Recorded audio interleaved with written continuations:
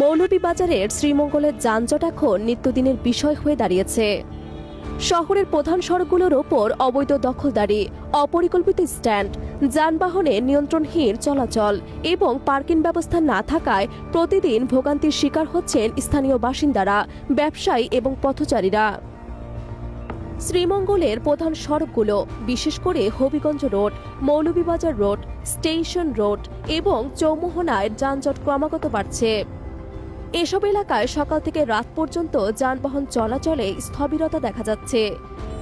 ফুটপাত দখল হয়ে যাওয়ার কারণে পথচারীরা বাধ্য হয়ে রাস্তায় হাঁটতে বাধ্য হচ্ছেন, যার ফলে যানজট আরও বাড়ছে।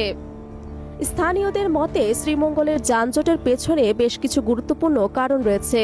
এর মধ্যে ফুটপাত দখল করে দোকানপাট বসানো, সড়কের পাশে সিএনজি, টমটম ও বাস স্ট্যান্ডের অস্বাভাবিক অবস্থান, যত্রতন্ত্র পার্কিং, লাইসেন্সবিহীন ব্যাটারি চালিত অটোরিকশা ও চার্জার রিকশার আধিক্য এবং ট্রাফিক নিয়ন্ত্রণের অভাব প্রধান কারণ হিসেবে চিহ্নিত করা হচ্ছে।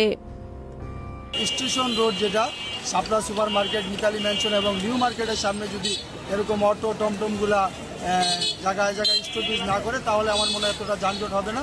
আমাদের স্টেশন রুটে এই যে এই টমটম, তারপরে মানুষের কারণে অনেক যানজট থাকে। আপনারা দেখতে পাচ্ছেন অনেক গাড়ি, অনেক দোকান।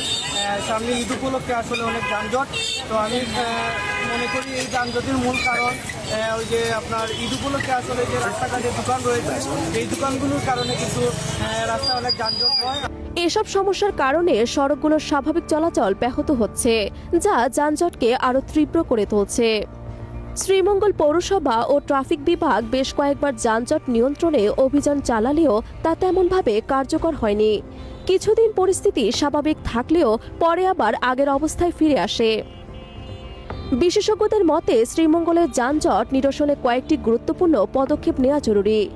অবৈধ ফুটপাত দখল উচ্ছেদ, নির্দিষ্ট পার্কিং ব্যবস্থা চালু, লাইসেন্সবিহীন যানবাহনের চলাচল বন্ধ, সিএনজি, টমটম ও বাস স্ট্যান্ড যথাযথ পরিকল্পনায় সরানো এবং ট্রাফিক নিয়ন্ত্রণ ব্যবস্থা শক্তিশালী করা এসব পদক্ষেপের মধ্যে অন্যতম।